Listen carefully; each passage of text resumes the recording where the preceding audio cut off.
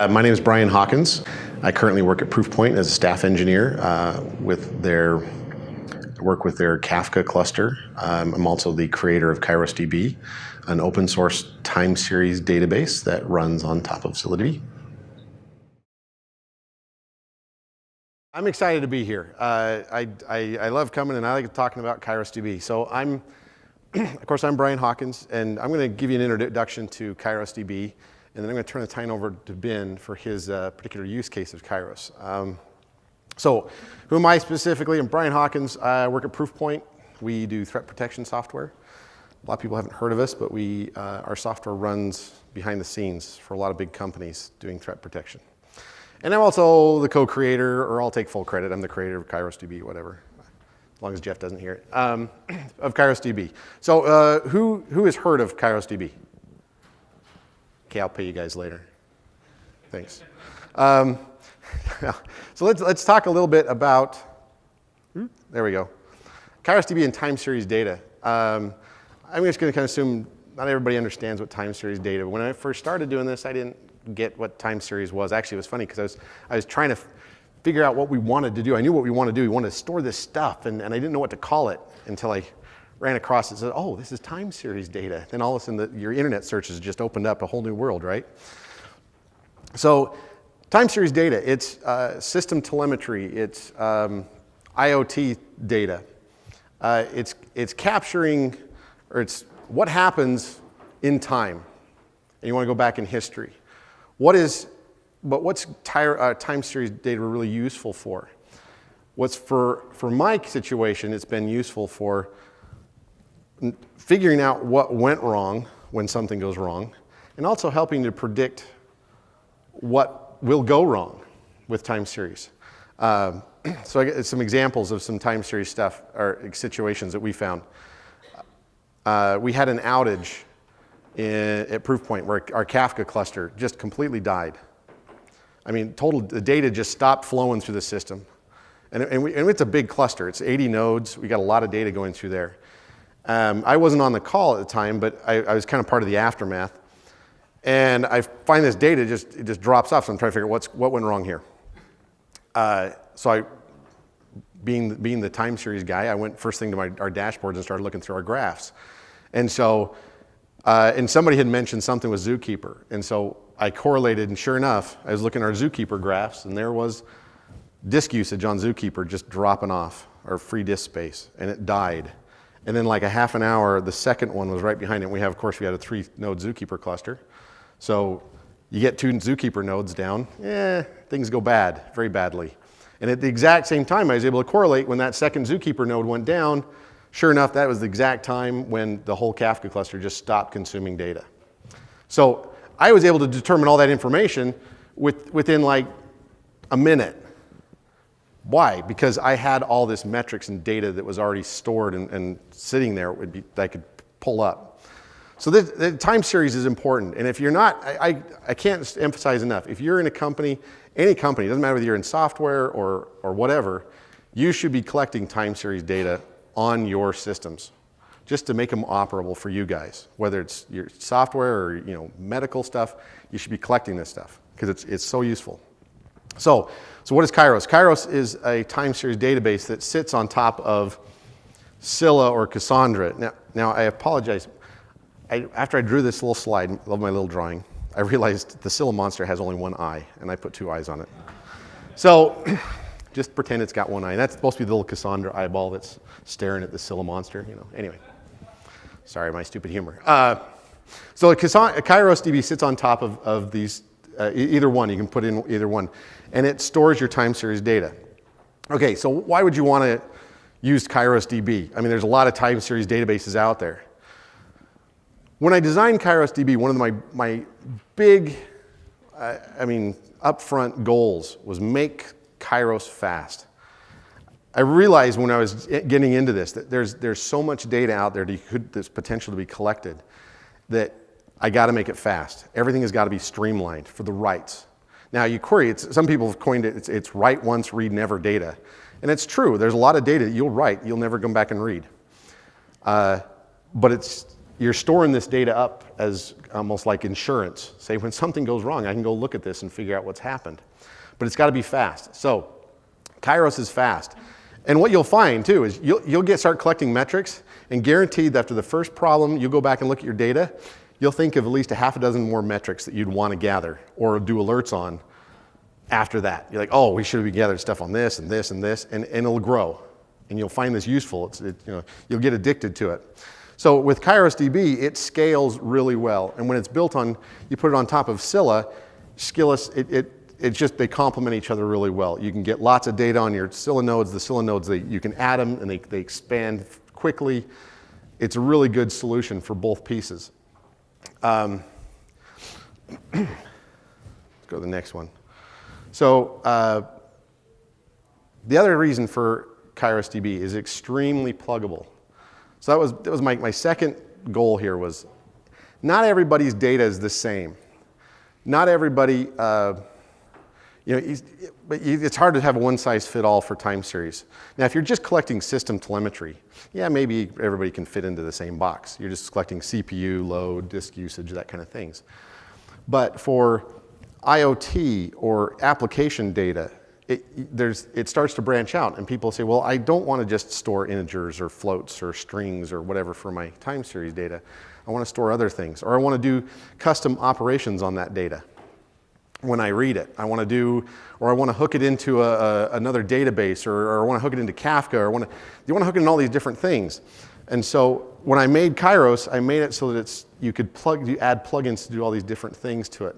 One story on that is I work with a Kafka cluster, because I keep bringing it up at work, and I wanted to create an application that would track my topic lag, the lag on my topics inside of Kafka. So of course, me, Mr. Kairos man, I thought, hey, I'll just write a plugin for Kairos that starts reading the consumer offsets from my Kafka cluster and starts tracking that and then records the time. And so I pulled up because we already had a deployment of Kairos nodes, I just took Kairos and I made a plugin for reading that, and then I used the remote plugin on the back end that basically gathers the data and then forwards it on to my other Kairos nodes. So I was able to quickly deploy something that would then track our offsets, and it would all go into our Kairos cluster, and you can graph it, and we've got Grafana dashboards that monitor all this for whatever topic you want to look at. You can see how long if it's behind and how long it's going to take to catch up. So Kairos is extremely pluggable, and which is a great lead into Ben, because Ben's going to come up here and talk about how they use Kairos in their system and it's customized. So thank you. Thank you. Thank you, Brian, and good afternoon, everyone. And thank you for Scylla provide us this very efficient Cassandra type DB, and thank you, Brian, to provide us this TSDB. And I'm going to share what we are doing and to use Kairos and Scylla to enhance the diagnostic in automotive the vehicles. And okay, here. Yep. Yeah, this is myself. I'm working for Faraday Future since 2016. Faraday Future is a startup. We are building electric vehicles. Yeah, my team works on all kinds of cloud-side things. Okay, and first, what's smart diagnostic? I think everyone drives cars, right? And everyone may face that. You may not really understand what your car is going on. Okay, and when you see something on your dashboard, the symbols, you may think about, what's my car need?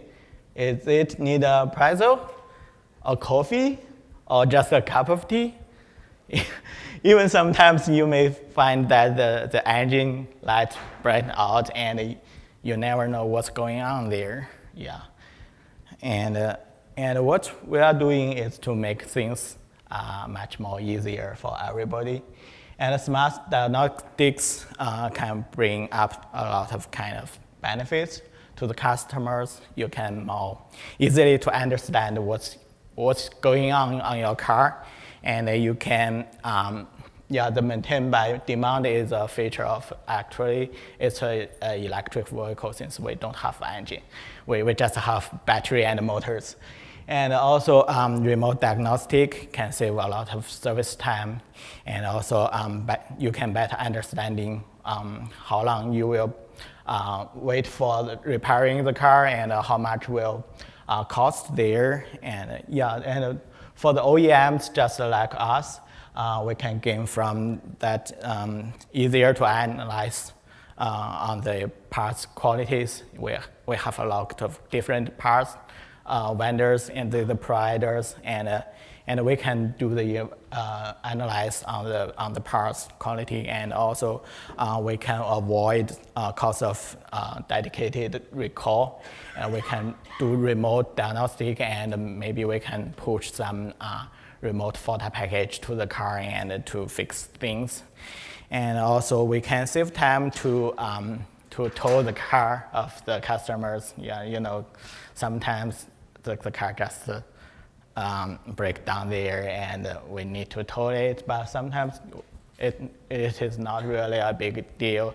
Maybe it's easy to fix just remotely.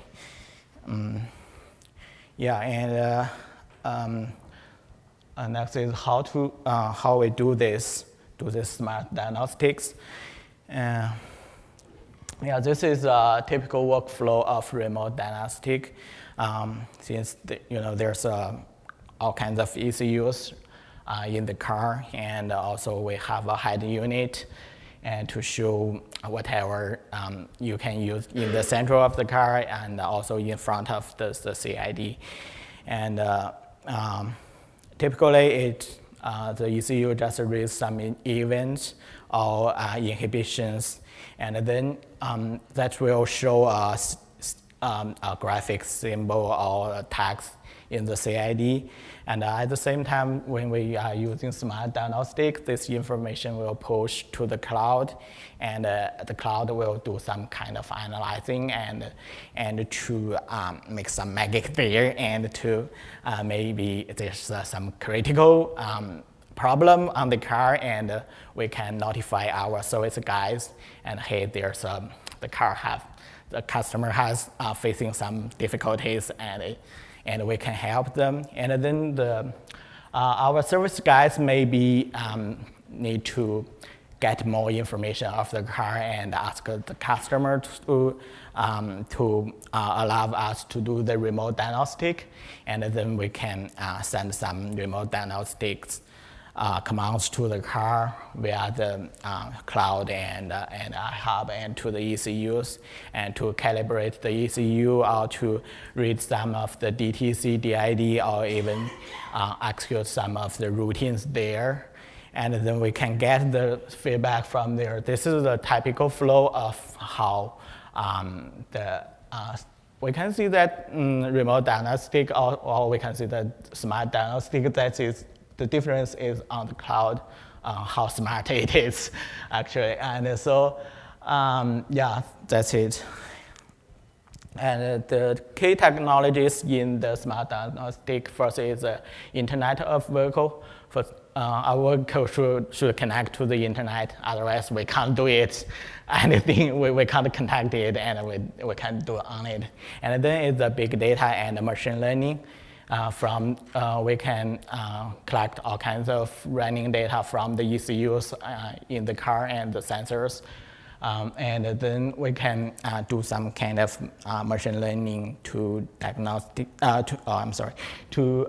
learning in what conditions some kind of fault will happen, and with the service record we can know that what kind of fault happens and what we need to fix the car, and whether we need new parts, whether just some kind of maintenance, and then we can do for the calculating or estimation of the working time on there. And this come to the architecture of the key part. You can see that KairosDB is in the center, and all the data is saved into Scylla.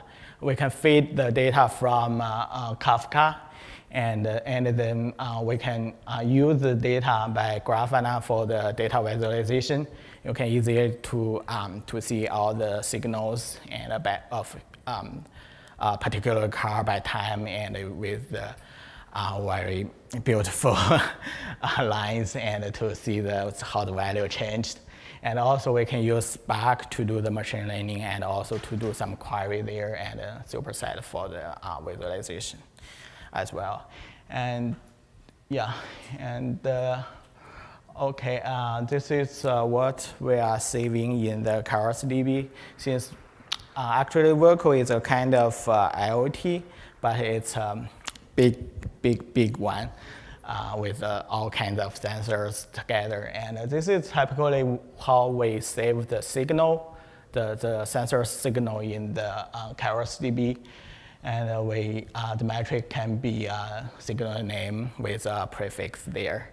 And then some signal data, we can have all the built-in data, just like the long, the double data, and also we can customize, just as Brian mentioned, we can customize our data type in there, and I will show it later.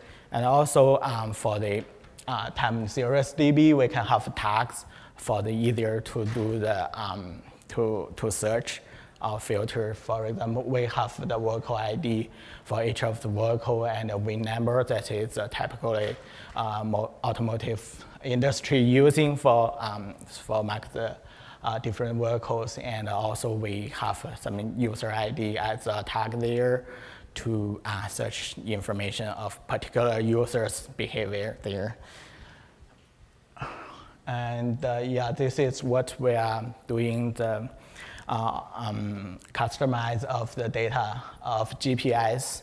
You know, that GPS not only have, actually it not only have a longitude and altitude, it still have some altitude. The altitude mostly is in the HD maps. And also, actually GPS can have speed and directions, this kind of information. And we customize the GPS data by just as our customized data type, and doing this by just 3 easy steps. One is extend the data pointer helper. This is to define what the properties we have in the data. And also the second step is to extend data point factory. That is to exchange the data from the binary and the JSON, and do this kind of functions there. And the third step is that extends abstract model, and to register this kind of new data type in the KairosDB. And then after we put the build jar into KairosDB's plugin library, I think that's, and then when the KairosDB start up, everything there, and we can store our data in GPS type data, and also we can query them from KairosDB. Yeah, and the other is in the architecture, you may see that we get data from Kafka. That is not from the REST API, not from the SQL, and we do it directly from Kafka into KairosDB. That is this magic is happen from extending the Kairos Kafka plugin from the Kafka DB's GitHub.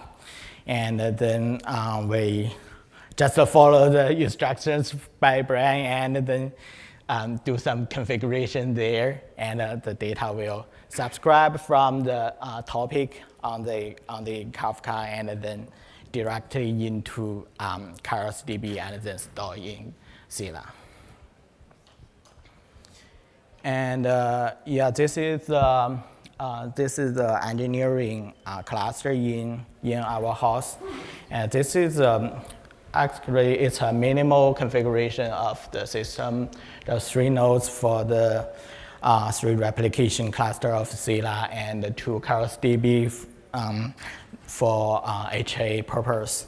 And in front of it, you can use HA proxy or Nginx, whatever load balancer you want, and you can do that. And also, just as Brian mentioned, if you have much more data need to work on there, you can scale out the KairosDB instances, but keep in mind, make sure you have enough memory. KairosDB, since the cache will eat up a lot of memory. Yeah, that's it. Thank you. Thank you. Any questions for Brian or Ben? Come on. Front here.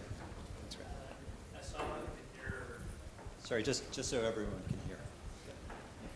So you mentioned using a VIN as a tag. I don't know how large of a space that is in terms of the cardinality, but I saw in the docs that if the possible number of values for a tag is very large, like into the millions, that would probably not work well. So for something like the set of all phones in the world, very high cardinality, can that work as a tag, or will that cause problems?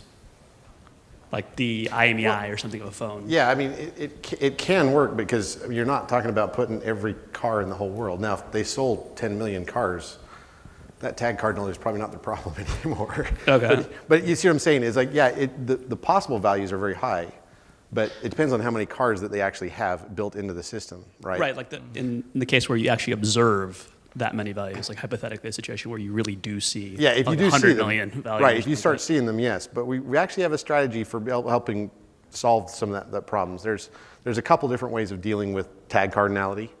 And we're going to probably put something in the next version of Kairos that'll help with that. Plus, there's other strategy you can use if you do have high tag cardinality. You can hook up like an Elasticsearch to help with those keys and the tags.